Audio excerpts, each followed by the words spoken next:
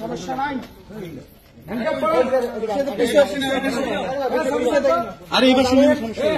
বিগত দিনে ব্রিটিশ সরকার আমলে গুকুন্ডা ইউনিয়ন ছাত্রলীগের সে সহসভাপতি ছিল এবং তিস্তা ডিগ্রি কলেজের সহসভাপতি ছিল। সে সাধারণ মানুষকে অনেক নির্যাতন করেছে। আমরা তাকে আজকে সাধারণ জনগণের ধরে পুলিশের হাতে সুপর্দ করলাম। ওকে এখনো উত্তম মাধ্যম দাও নাই। না ভাই, আমরা রেজিস্টার দোষর আমরা তাকে এখন হাত তুলে নিয়ে রেজিস্টার দোষর ভাই ওগুলো লাগান। এই সমস্যা নেই